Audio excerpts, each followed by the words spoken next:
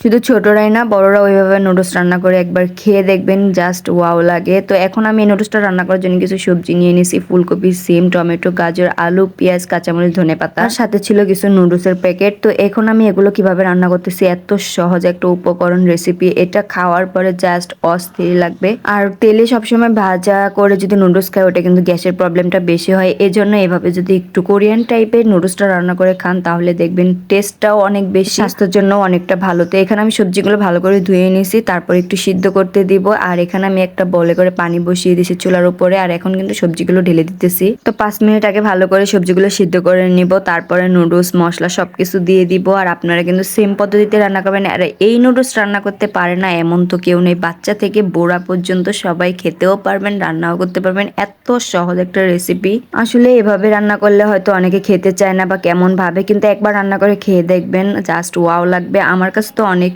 মানে মজার রেসিপি একটা মনে হয়, আর সহজও। তো তেল ছাড়া এভাবে নুডলস রান্না করলে কিন্তু খেলে স্বাস্থ্যের জন্য অনেক অনেক ভালো। তো এখানে আমি একটু সস দিয়ে দিচ্ছি জাস্ট কালারটা আসার জন্য। চাইনা বা কোরিয়ানি কিন্তু এভাবে নুডলস রান্না করে, বেশিরভাগ সবজি রান্না করে, কারণ তারা হচ্ছে বেশিরভাগই তেল মশলা কম খাইতে চায়। তো এই জন্য কিন্তু এই পদ্ধতিতে রান্না করে খায়, আর ওদের কিন্তু স্বাস্থ্যের দিক থেকে অনেকটাই মানে কেয়ারিং থাকে।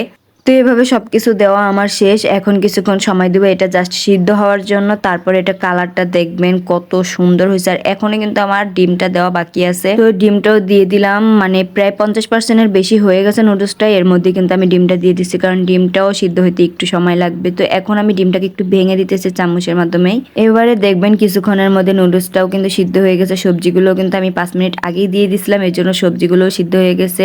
তো আমি একটু ঝোল ঝোল থাকা অবস্থায় এটা নামিয়ে ফেলবো। আর আমার ডিমগুলো হইতে বেশি সময় লাগবে না, জাস্ট 5 মিনিট সময় লাগবে। এবারে দেখেন ফাইনাল লুকটা, নুডলস কিন্তু একেবারে কমপ্লিট হয়ে গেছে। আর এখন আমি শুধু খেয়ে টেস্ট করে দেখবো। আর আপনাদেরকেও বলবো, যারা মানে এই তেল মশলা ছাড়া নুডলস খেতে চান, তারা কিন্তু এই পদ্ধতিতে রান্না করে অবশ্যই একবার ট্রাই করে দেখবেন। আর আমাকে কমেন্ট বক্সে কমেন্ট করে জানাবেন যে কতটা ইয়ামি লাগছে, কতটা টেস্ট হয়েছে। জাস্ট ওয়াও, আমার কাছে তো অনেক অসাধারণ লাগছে। এবারে কিন্তু অনেকটাই কথা বলতে বলতে আমার ভিডিও একেবারে শেষ পর্যায়ে চলে এসেছে। এখন আমার খাওয়ার পালা, খাইতে হবে। আপনাদের সাথে আর কথা বলার সময় নেই। তো আপনারা কিন্তু অবশ্যই আমার চ্যানেলটাকে সাবস্ক্রাইব করে দিবেন। আল্লাহ হাফিজ, বাই।